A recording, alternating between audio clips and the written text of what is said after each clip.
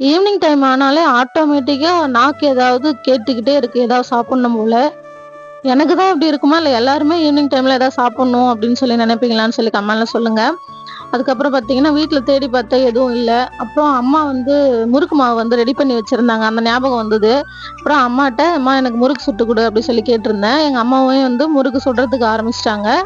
ஃபர்ஸ்ட்டெல்லாம் வந்து சின்ன வயசா இருக்கும்போதெல்லாம் எங்க அம்மா தான் வந்து இந்த மாரி வீட்ல நாங்க ஏதாவது முறுக்கு அந்த மாரி கேட்டோம்னா, வீட்ல தான் செஞ்சு ரெடி பண்ணி குடுப்பாங்க. கடையில வாங்கி சாப்பிடக்கூடாதுன்னு. ஏன்னா கடையில பார்த்தீங்கன்னா, ஒரே எண்ணெயிலே செய்வாங்க. அது வந்து ஹெல்த்துக்கு வந்து ப்ராப்ளம் ஆகும். அதனால வந்து அம்மாவே வந்துட்டு முறுக்கு வந்து மாவு ரெடி பண்ணி வீட்ல ரெடி பண்ணி குடுப்பாங்க. டேஸ்ட்டுமே பார்த்தீங்கன்னா, சூப்பரா இருக்கும். ஹெல்த்துக்குமே ரொம்ப நல்லது. நம்மளா செஞ்சு சாப்பிடுறது, கடையில வாங்கி சாப்பிடுறத விட. ஸோ நீங்களுமே வந்து முறுக்கு இந்த மாரி ஆயில் ஐட்டம்லாம் பார்த்தீங்கன்னா, வெளியில வாங்கி சாப்பிடாம வீட்லயே செஞ்சு சாப்பிடுங்க. என்ன ஒண்ணு அப்பலாம் வந்து சின்ன வயசா இருக்கும்போது முறுக்கு சுடும்போதெல்லாம் அந்த மரக்கட்டையில இருக்கும் பார்த்துருப்பீங்க. புழியறது, கையால புழியறது.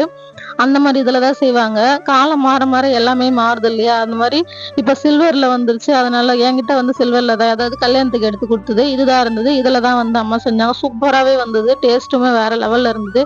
முறுக்கு சுடும்போதே பார்த்தீங்கன்னா, அப்படியே வாய்க்குள்ள போயிட்டே இருந்தது. முறுக்கு சுட்டுட்டே இருக்கும்போது நான் என்ன பண்ணேன், "அம்மா எல்லா டிசைன்லயுமே செஞ்சு குடும்மா" அப்படி சொல்லி கேட்டிருந்தேன்.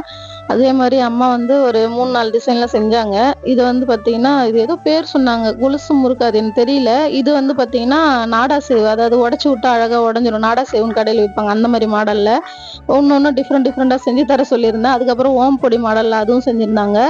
எல்லாமே டேஸ்ட்டு சூப்பரா இருந்தது. அதான் ஒரே மாவு தான் டிஃப்ரெண்டா செய்யறது நல்லா இருந்தது. நீங்களும் இந்த மாரி முறுக்கெல்லாம் வீட்ல செஞ்சு சாப்பிட்டுருக்கீங்களான்னு சொல்லி கமெண்ட் பண்ணுங்க. இந்த வீடியோ புடிச்சது அப்படின்னா லைக் பண்ணுங்க, ஷேர் பண்ணுங்க, சப்ஸ்கிரைப் பண்ணுங்க. நெக்ஸ்ட் ஒரு சூப்பரான வீடியோல பார்க்கலாம். பாய்.